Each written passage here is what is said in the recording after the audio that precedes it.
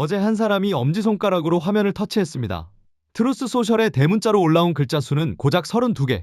그런데 그 32글자가 지구 위 원유 흐름의 20%를 틀어막겠다는 선언이었어요. 호르무즈 해협, 전 세계 석유가 심장처럼 드나드는 바닷길을 미국 해군이 봉쇄한다는 겁니다. 오늘 아침 주유소에 찍혀있던 숫자 보셨죠? 리터당 1992원. 한 달 전만 해도 1700원대였던 기름값이 벌써 2000원 문턱을 밟고 있어요. 50리터를 채우면 거의 10만 원입니다.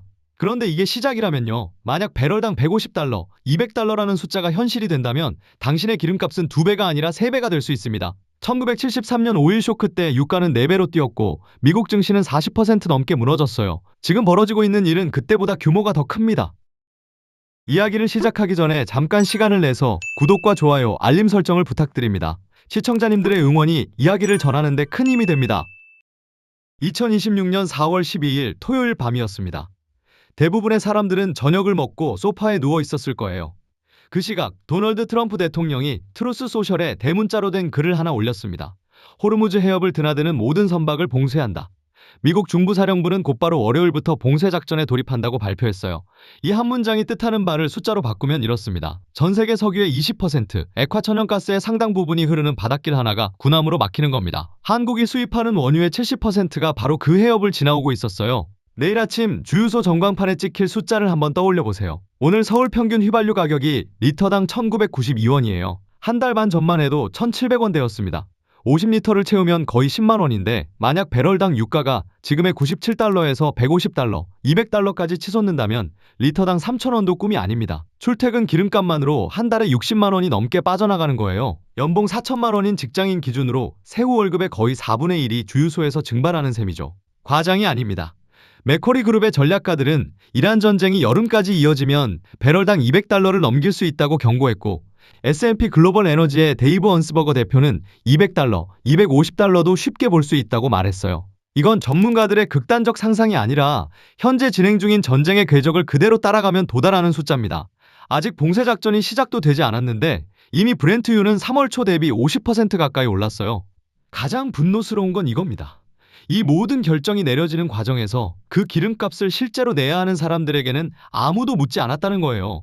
한 사람이 소셜미디어에 대문자를 찍는데 걸린 시간은 30초도 안 됐을 겁니다. 하지만 그 30초의 파장은 당신의 통장에서 매달 수십만 원씩 앞으로 몇 달간 조용히 빠져나갈 준비를 하고 있습니다. 그리고 이건 기름값만의 문제가 아니에요. 코스피는 3월 한 달 동안 19.08% 폭락했습니다. 2008년 금융위기 이후 최대 낙폭이었어요. 사상 처음 6천선을 찍고 축배를 든 지 고작 나흘 만에 452포인트가 하루에 증발하는 검은 화요일이 찾아왔죠. 당신의 주식 계좌에 1,000만 원이 있었다면 3월이 끝날 때 약 190만 원이 사라져 있었다는 뜻입니다. 아무런 잘못도 하지 않았는데요. 이 위기는 하루아침에 태어난 게 아닙니다. 씨앗은 2025년 2월에 뿌려졌어요. 트럼프 대통령이 취임하자마자 서명한 맥시멈 프레셔, 즉 이란에 대한 최대 압박 정책이 그 시작이었습니다. 이란의 원유 수출을 완전히 제로로 만들겠다는 선언이었죠. 첫 번째 임기 때도 꺼냈던 카드인데 이번에는 칼날이 훨씬 날카로웠어요. 하지만 이란도 가만히 당하고 있을 나라가 아니었습니다. 2026년 3월 4일 이란 혁명수비대가 호르무즈 해협을 사실상 폐쇄한다고 선언했어요. 지나가는 유조선을 공격하기 시작했고 이틀 만에 2척의 탱커가 피격됐습니다. 전 세계가 숨을 멈춘 순간이었죠. 호르무즈 해협이라는 이름이 생소한 분도 있을 텐데 이걸 일상적인 비유로 바꾸면 이렇습니다. 한국 경제의 혈관에 피를 공급하는 대동맥이 하나 있는데 누군가 그 대동맥을 손가락으로 꽉 누른 거예요. 피가 안 통하면 장기가 멈추듯 원유가 안 오면 공장이 멈추고 물류가 멈추고 당신의 일상이 멈춥니다. 이 해협을 통과하는 원유의 80%가 아시아로 향합니다. 중국의 중동 원유 의존도가 44%, 일본은 무려 96%예요. 한국도 수입 원유의 70%가 이 좁은 바닷길 하나에 매달려 있습니다. 뉴욕타임스는 이 사태를 1973년 5일 쇼크와 비교하며 역사상 최대 규모의 석유 공급 충격이라고 표현했어요. 1973년 당시 금수 조치에 걸린 원유는 전 세계 소비량의 7%에 불과했거든요. 지금은 20%입니다. 규모 자체가 3배 가까이 크죠. 한국 정부는 30년 만에 처음으로 석유 최고 가격제를 도입했어요. 휘발유 리터당 판매 가격에 상한선을 걸겠다는 겁니다. 유류세도 리터당 65원을 깎았고요. 하지만 이건 댐이 무너지는데 양동이로 물을 퍼내는 것과 비슷합니다. 최고 가격제를 시행한 지 보름 만에 정부는 상한선을 다시 200원 이상 올려야 했어요. 국제 유가가 워낙 빠르게 치솟으니 정부가 가격을 억지로 눌러봤자 정유사가 버틸 수 없는 구조였던 거죠. 유가가 10% 오르면 한국의 수입액은 2.68% 늘어나고 수출은 0.39% 줄어듭니다. 돈은 더 나가는데 벌이는 줄어드는 가계부가 빨간색으로 물드는 구조예요. 문제는 이 씨앗이 아직 완전히 싹을 틔우지도 않았다는 점입니다. 트럼프의 봉쇄 선언은 어제 나왔고 실제 해군 작전은 내일부터 시작됩니다. 지금까지는 이란이 해협을 막은 거였어요. 앞으로는 미국까지 해협을 막겠다는 겁니다. 양쪽에서 동시에 문을 잠그는 형국이죠. 그 잠긴 문 뒤에 갇히는 건 사우디, 쿠웨이트, 이라크, 아랍에미리트에서 출발하는 원유, 그리고 그 원유 없이는 하루도 돌아가지 않는 한국의 공장과 주유소와 난방 시스템입니다. 누군가는 울고 누군가는 계산기를 두드립니다. 전쟁과 봉쇄가 시장을 공포로 물들이던 2026년 3월, 한국의 개인 투자자들은 파랗게 물든 HTS 화면 앞에서 멍하니 앉아 있었어요. 하지만 같은 시각, 정확히 같은 뉴스를 읽고 전혀 다른 버튼을 누른 사람들이 있었습니다. 코덱스 WTI 원유 선물 ETF, 이 이름 하나가 한 달 만에 55.96%의 수익률을 찍었어요. 3월 한 달이에요. 만약 당신이 전쟁이 터지기 직전인 2월 마지막 주에 1,000만 원을 이 ETF에 넣었다면 3월이 끝날 무렵 통장에는 1,559만 원이 찍혀 있었을 겁니다. 559만 원. 웬만한 직장인 한 달 월급이 한 달 만에 불어난 거죠. 라이즈 미국 S&P 원유 생산 기업 ETF도 한 주에만 9.87%를 올렸고 티로우 프라이스 천연자원 ETF는 출시 이후 33.8%를 기록했습니다. 1973년에도 똑같은 일이 벌어졌어요. 전 세계가 주유소 앞에 줄을 서던 그해 엑손의 연간 순이익은 전년 대비 59% 폭등했습니다. 15억 3천만 달러에서 24억 4천만 달러로요. 모빌은 47%, 텍사코도 비슷한 폭으로 뛰었어요. 새로운 유전을 발견한 것도 아니고 혁신적인 기술을 개발한 것도 아닙니다. 그저 전쟁이 기름값을 올려줬을 뿐이에요. 다른 사람의 공포가 그들의 이익이 된 겁니다. 2026년 역시 다르지 않습니다. 파이낸셜 타임스에 따르면 미국 석유 생산업체들은 이란 전쟁 덕분에 올해에만 600억 달러, 한화로 약 87조 원 이상의 추가 수익을 올릴 것으로 추산됩니다. 여기서 진짜 잔인한 부분이 등장합니다. 이 수익의 원천이 어디서 왔는지를 추적하면 결국 당신의 주유소 영수증에 도착해요. 당신이 리터당 300원을 더 내고 배달비가 오르고 난방비 고지서가 두꺼워질 때마다 그 차액의 상당 부분은 원유를 쥐고 있는 자들의 분기 실적 발표에 화려한 숫자로 둔갑합니다. 돈은 사라지지 않아요. 당신의 지갑에서 빠져나간 만큼 누군가의 금고가 정확히 그만큼 불어나고 있을 뿐입니다. 하지만 이 흐름을 읽는 눈이 있었다면 어땠을까요? 전쟁 발발 직전 2월 마지막 주 금요일 퇴근 후 스마트폰으로 원유 ETF를 5분만 검색해서 매수 버튼을 눌렀다면요. 그 5분이 당신의 한 달 월급을 만들어줄 수 있었습니다. 물론 이건 뒤늦은 후회이고 이미 지나간 파도예요. 하지만 다음 파도는 아직 오지 않았다는 게 핵심이죠. 그리고 그 다음 파도가 어떤 모양일지를 결정하는 사람이 지금 이 순간에도 엄지손가락 하나로 세계를 흔들고 있습니다. 한 사람의 결정이 어디까지 도달할 수 있는지 2026년 1월 3일에 카라카스가 보여줬습니다. 그날 새벽 미국 특수부대가 베네수엘라에 투입됐고 니콜라스 마두로 대통령이 체포되어 미국으로 이송됐어요. 트럼프 대통령은 그 직후 이렇게 선언했습니다. 미국이 베네수엘라를 운영할 것이며 석유 생산을 통제하겠다. 세계 최대 매장량을 가진 나라의 원유를 손에 넣겠다는 뜻이었죠. 사흘 뒤 베네수엘라 정부는 20억 달러 규모의 원유를 미국에 인도했습니다. 이후 미국은 인도양에서 베네수엘라발 유조선 3척을 추가로 납포했어요. 한 국가의 지도자를 체포하고 그 나라의 자원을 접수하고 바다 위에 선박까지 잡아들이는 이 일련의 과정이 불과 열흘 안에 벌어진 일입니다. 국제법이 필요하냐는 기자의 질문에 돌아온 대답은 단 한마디, 필요 없다. 이 장면이 주는 감각은 복합적이에요. 한쪽에서는 경악이, 다른 한쪽에서는 일종의 경외가 섞여 나옵니다. 한 사람의 판단이 대통령궁을 뚫고 유전을 접수하고 대양 위에 선박 항로까지 바꿔놓는 광경.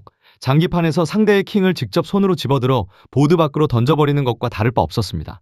그리고 그 장기판의 크기는 지구 전체였어요. 이란에 대한 접근도 같은 문법입니다. 2025년 2월 취임 직후 서명한 최대 압박 정책으로 이란의 원유 수출을 서서히 조여왔고 제이디 벤스 부통령이 이란 측과의 협상에서 요구 조건을 제시했을 때 이란이 이를 거부하자 유가는 하루 만에 4% 이상 뛰었어요. 협상 테이블에서 한마디가 실패로 돌아갈 때마다 전 세계 원유 시장에 수십억 달러의 파장이 번지는 구조. 그의 입술이 열릴 때마다 시장의 색깔이 바뀌고 그의 엄지손가락이 움직일 때마다 수조 원의 부가 이동합니다. 베네수엘라를 통해 증명된 공식이 이제 이란에 적용되고 있는 겁니다. 원유를 무기로 쓰는 건 새로운 전략이 아니에요. 하지만 한 나라의 지도자를 물리적으로 제거하고 원유를 직접 접수하고 그 다음 타깃의 해상 수송로까지 봉쇄하는 연쇄작전은 역사에서도 유례를 찾기 어렵습니다. 더힐은 이것을 대량 경제 강압 무기라고 표현했어요. 석유가 미사일보다 강력한 무기가 된 시대, 그 방아쇠를 쥔 손가락이 단 하나라는 사실이 매혹적인 동시에 소름이 돋는 이유입니다. 그런데 이 압도적인 힘의 전시가 만들어낸 부의 이동은 정확히 어디로 향하고 있을까요? 베네수엘라에서 접수한 원유 8천만 배럴. 배럴당 100달러로 잡아도 80억 달러. 한화로 11조 6천억 원 규모입니다. 이 돈은 미국 석유 기업들의 정제시설로 흘러가고 그들의 주가를 밀어올리고 그 주식을 미리 사둔 이들의 자산을 불려줍니다. 힘이 돈이 되고 돈이 다시 힘이 되는 순환의 고리. 문제는 그 고리 바깥에 있는 사람들, 즉 우리 대부분은 그저 비싸진 기름값 고지서를 받아들고 한숨을 쉴 수밖에 없다는 거예요. 한 가지 이상한 점이 있습니다. 트럼프 대통령은 취임 직후부터 물가를 잡겠다고 공언했어요. 인플레이션을 끌어내리는 것이 자신의 최우선 과제라고 했죠. 실제로 2025년 내내 미국 인플레이션은 조금씩 안정세를 보였습니다. 2025년 12월 근원 소비자 물가 상승률은 2.6%까지 내려왔고 2026년 1월과 2월에도 2.4%를 유지했어요. 기나긴 인플레이션 터널의 출구가 보이기 시작한 겁니다. 그런데 바로 그 시점에 이란을 공습했습니다. 결과는 예측 가능했어요. 2026년 3월 미국 인플레이션은 3.3%로 치솟았습니다. 한 달 만에 0.9%포인트가 뛴 거예요. 2024년 5월 이후 약 2년 만에 최고치였습니다. 물가를 잡겠다던 사람이 자기 손으로 물가 폭탄의 뇌관을 다시 건드린 셈이죠. 워싱턴 포스트는 이란과의 전쟁이 석유 및 정제품 가격의 급격한 상승을 촉발했다고 직설적으로 보도했고 뉴욕타임스는 유권자들이 마침내 트럼프에게 물가 상승의 책임을 물을 수 있다는 제목의 칼럼을 실었습니다. 과연 이것이 단순한 전략적 오판이었을까요? CBS 뉴스 여론조사에서 트럼프의 지지율은 전쟁 전후로 40% 초반에서 거의 변하지 않았어요. 공화당 일부 의원들 사이에서조차 불안한 목소리가 나오기 시작했다고 타임스 라디오는 전했습니다. 그런데도 봉쇄의 수위는 계속 올라갔어요. 여기에는 숨겨진 계산이 있습니다. CNN의 분석 기사가 그 실마리를 제공하죠. 트럼프는 장기적으로 유가를 낮출 것이라고 주장하며 미국인들은 단기적 고통을 감수해야 한다고 말했어요. 번역하면 이렇습니다. 지금 당신의 지갑이 얇아지는 건 알지만 나중에 이란의 원유 시장 통제력을 완전히 박살내면 결국 기름값이 내려갈 거라는 논리예요. 하지만 나중에 언제인지는 아무도 모릅니다. 확실한 건 지금 당신의 주유비가 오르고 지금 장바구니 물가가 뛰고 지금 주식 계좌가 줄어들고 있다는 사실뿐이에요. 베네수엘라에서는 마두로를 체포하고 원유를 접수하는 데 열흘이 걸렸지만 베네수엘라의 원유 생산이 정상화되기까지는 수년이 걸릴 것이라고 전문가들은 입을 모읍니다. 이란도 마찬가지예요. 전쟁은 빠르게 시작할 수 있지만 그 전쟁이 만든 경제적 상처가 아무는 데는 믿기 어려울 만큼 오랜 시간이 필요합니다. 정치적 목표를 위해 경제적 고통을 감수시키는 구조. 그런데 그 고통을 실제로 떠안는 건 결정을 내린 사람이 아니라 결정에 대해 아무런 발언권이 없던 사람들이라는 구조. 이 사실을 또렷이 인식하는 순간 가슴 한편이 서늘해지는 느낌을 지울 수 없어요. 당신은 시험의 범위조차 통보받지 못했는데 성적표는 벌써 나와 있는 겁니다. 숫자를 잠시 내려놓고 사람 이야기를 하겠습니다. 2025년 한국에서 폐업한 자영업자 수가 연간 100만 명을 돌파했어요. 역사상 처음 있는 일이었습니다. 개인사업자 대출 연체율은 2017년 이후 가장 높은 수준을 기록했고 새출발지원센터라는 이름의 채무조정 상담소를 정부가 78곳으로 급히 늘려야 할 만큼 사정은 절박했습니다. 그리고 그 절박한 상황 위에 2026년 3월에 유가 폭등이 덮쳤어요. 서울경제 보도에 따르면 한국의 배달, 물류업종은 유가 상승에 직격탄을 맞았습니다. 연료비가 곧 운영비인 업종이니까요. 기름값이 오르면 배달비가 오르고 배달비가 오르면 소비자가 주문을 줄이고 주문이 줄면 식당 매출이 빠지고 매출이 빠지면 임대료를 못 내고 임대료를 못 내면 폐업 신고서를 씁니다. 도미노가 무너지는 순서는 언제나 같아요. 그리고 그 도미노의 맨 앞에 서 있는 건 언제나 가장 작은 패입니다. 부평에서 카페를 운영하는 한 소상공인이 말했어요. 버티는 게 경영이에요. 우리는 이 한 문장의 무게를 진지하게 느껴볼 필요가 있습니다. 성장이 아니라 생존이, 이익이 아니라 버팀이 경영의 정의가 되어버린 시대. 중소벤처기업부는 유가 급등에 따른 소상공인 긴급 간담회를 열었고 정부는 26조 2천억 원 규모의 추경을 편성했어요. 중하위 소득층에 1인당 최대 60만 원의 지원금을 지급하겠다는 내용도 포함됐습니다. 하지만 60만 원이면 리터당 2,000원짜리 기름을 300리터 넣을 수 있는 돈이에요. 자가용으로 출퇴근하는 직장인이라면 석 달이면 바닥이 납니다. 사우스 차이나 모닝포스트는 한국의 식당들이 기름값에 이윤을 잡아먹히고 있다고 보도했어요. 식용유도 기름이고 배달 오토바이에 넣는 것도 기름이고 식자재를 실어 나르는 트럭에 들어가는 것도 기름입니다. 석유는 눈에 보이지 않는 곳까지 스며들어 있어요. 리터당 300원이 오르는 건 주유소 전광판의 숫자만 바뀌는 게 아니라 김밥 한 줄의 가격이, 택배 하나의 배송비가, 아이 학원 셔틀버스 비용이 함께 올라간다는 뜻이거든요. 새벽 4시에 반죽을 시작하는 빵집 사장님, 영하의 새벽에 트럭 시동을 거는 물류기사님, 배달 한 건에 3,000원을 받고 오토바이를 모는 라이더. 이 사람들의 하루의 기름값이 차지하는 비중을 한 번만 상상해 보세요. 이들에게 호르무즈 해협이라는 단어는 생소할 수 있어요. 하지만 그 해협이 막힌 결과는 매일 아침 자신의 손으로 만지는 지폐의 장수가 줄어드는 것으로 너무나 정확하게 전달됩니다. 고래 싸움에 새우등이 터진다는 속담은 너무 많이 들어서 진부하게 느껴질 수도 있어요. 하지만 진부한 이유는 그만큼 반복되기 때문입니다. 1973년에도 그랬고, 1979년에도 그랬고, 2022년에도 그랬고, 지금 다시 그러고 있어요. 달라진 건 아무것도 없습니다. 강대국의 전략적 판단에 지구 반대편 작은 가게의 형광등이 꺼지는 이 구조가 반세기가 지나도록 한치도 바뀌지 않았다는 사실. 그것이 슬프고 그래서 화가 납니다. 여기까지 읽으며 가슴이 답답해진 분들이 많을 거예요. 강대국의 전략적 도박, 반세기째 반복되는 서민의 희생, 내 힘으로는 바꿀 수 없는 구조. 하지만 바꿀 수 없는 것과 대비할 수 없는 것은 전혀 다른 문제입니다. 파도를 멈출 수는 없어도 파도 위에서 균형을 잡는 법은 존재해요. 그리고 그 방법은 생각보다 복잡하지 않습니다. 포브스는 4월 6일자 기사에서 예측하지 말고 대비하라는 제목으로 지정학 위기 속 개인 투자 전략을 정리했어요. 모틀리플 역시 지정학적 리스크가 돌아왔다. 똑똑한 투자자들은 이렇게 움직인다라는 분석을 내놨죠. 핵심은 세 가지 축으로 요약됩니다. 첫 번째 축은 인플레이션 헤지, 즉 물가 상승에 대한 방어막입니다. 원유 관련 ETF가 대표적이에요. 코덱스 WTI 원유 선물 ETF는 한 달에 55.96%를 올렸고, 라이즈 미국 S&P 원유 생산기업 ETF도 강세를 이어가고 있습니다. 물론 유가가 이미 많이 오른 상태에서 지금 뛰어들면 고점에 물릴 수 있어요. 중요한 건 비중 조절입니다. 전체 포트폴리오의 10%에서 15% 정도를 에너지 섹터에 배분하되 단기 선물이 아니라 실제 생산기업 중심의 ETF를 택하는 편이 변동성 관리에 유리하다고 전문가들은 조언합니다. 농산물 ETF도 주목할 필요가 있어요. 유가가 오르면 비료값과 운송비가 함께 뛰면서 이른바 에그플레이션, 농산물 가격 인플레이션이 따라오거든요. 두 번째 축은 안전자산입니다. 금은 2026년 1월에 온스당 5,110달러를 돌파하며 사상 최고가를 경신했어요. 3월 초에는 중동전쟁 격화로 한때 5,400달러까지 치솟았죠. 10년 전 1,050달러였던 금이 약 400% 오른 겁니다. 달러만으로는 리스크를 방어할 수 없다는 인식이 전 세계적으로 확산되면서 실물자산 선호가 강해지고 있어요. 달러 자체도 안전자산의 한 축입니다. 원달러 환율이 1,500원을 돌파한 상황에서 달러 표시 예금이나 달러 ETF는 원화 가치 하락에 대한 보험 역할을 합니다. 자산의 20%에서 25% 정도를 금과 달러로 나눠 담아두는 전략이 여러 전문가들의 공통된 권고예요. 세 번째 축은 방산 섹터입니다. 아이셔워즈 미국 항공우주 방위 ETF, 티커명 ITA는 최근 1년 수익률이 56.97%를 기록했어요. K방산 ETF도 위기 때마다 빛을 발하고 있죠. 전쟁이 시작되면 가장 먼저 오르는 건 유가이고 그 다음이 방산주라는 공식은 이번에도 유효했습니다. 이 세 가지 축을 하나로 엮으면 이런 그림이 그려져요. 에너지 10%에서 15%, 금과 달러 등 안전자산 20%에서 25%, 방산 5%에서 10%, 나머지는 기존에 보유 중인 성장주나 채권으로 유지하는 구조입니다. 물론 이건 모든 사람에게 맞는 정답이 아니에요. 연령, 소득, 기존 자산 규모에 따라 비율은 달라져야 합니다. 하지만 핵심 원칙은 변하지 않아요. 한 바구니에 모든 달걀을 담지 않는 것, 그리고 위기가 현실화되기 전에 바구니를 나눠 놓는 것. 지금 이 글을 읽고 있는 시간에도 호르무즈 해협의 상황은 시시각각 변하고 있습니다. 내일 아침 시장이 열리면 어떤 숫자가 뜰지 아무도 모릅니다. 하지만 대비한 사람과 대비하지 않은 사람의 내일 아침은 완전히 다를 거예요. 당신의 통장이 아니라 당신 가족의 내년이 걸린 문제입니다. 숨을 한번 깊이 내쉬고 차분하게, 하지만 빠르게 움직여야 할 때예요. 1973년 아랍 산유국들이 석유 금수 조치를 발동했을 때 미국의 주유소 앞에는 수킬로미터에 달하는 차량 행렬이 생겼습니다.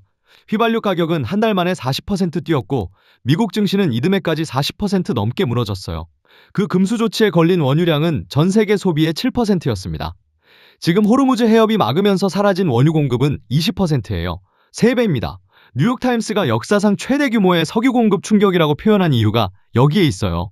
53년 전과 지금 사이에 놓인 시간 동안 인류는 스마트폰을 만들었고 화성에 로봇을 보냈고 인공지능이 사람의 언어를 이해하는 단계까지 왔습니다. 기술은 상상할 수 없을 만큼 진보했어요. 하지만 에너지 위기가 터지는 방식은 놀라울 만큼 똑같습니다. 강대국이 전략적 이해를 관철하기 위해 원유를 무기로 사용하고 그 충격파가 지구 반대편의 평범한 사람들의 아침 식탁까지 도달하는 구조.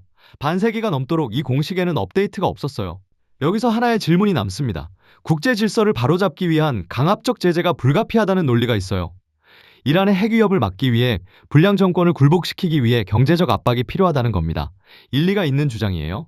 하지만 그 압박의 비용을 계산할 때 청구서는 누구에게 보내지고 있는지를 함께 물어야 합니다. 한국의 새벽 배달 라이더, 인도의 트럭 운전사, 일본의 중소기업 사장님. 이 사람들은 이란의 핵 정책에 대해 어떤 발언권도 없었어요. 하지만 그 정책을 바꾸기 위해 치러야 하는 경제적 대가는 고스란히 이들의 월급 명세서에서 차감되고 있습니다. 평화를 위한 무력 행사, 안정을 위한 경제적 혼란. 이 역설을 어떻게 받아들여야 할까요? 장기적으로 옳은 결정이라면 단기적 고통은 감수해야 하는 걸까요? 아니면 그 고통의 분배가 처참할 정도로 불공정하다면 아무리 목적이 정당해도 과정을 의심해야 하는 걸까요? 쉬운 답은 없습니다. 하지만 답이 없다고 질문을 멈출 수는 없어요. 한 가지만 분명히 짚겠습니다. 우리가 이 이야기 속에서 단순한 구경꾼이 아니라는 사실이에요. 당신이 넣는 기름 한 방울, 당신이 누르는 투자 버튼 하나, 당신이 던지는 표 한 장이 이 거대한 흐름의 일부입니다. 강대국의 위험한 도박이 당신의 통장을 갉아먹고 있다면 그건 당신의 문제이기도 하지만 동시에 당신이 바꿀 수 있는 문제이기도 하다는 뜻이에요.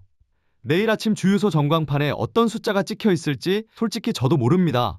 하지만 그 숫자를 보고 한숨만 쉴 것인지 아니면 오늘 밤 이 글을 듣고 무언가 하나라도 움직일 것인지 그 차이는 당신의 선택에 달려 있습니다. 여러분의 생각은 어떠신가요? 강대국의 막가파식 압박이 결국 우리 통장 잔고를 갉아먹는 이 상황 어떻게 대처해야 할까요? 솔직한 의견을 댓글로 남겨주세요.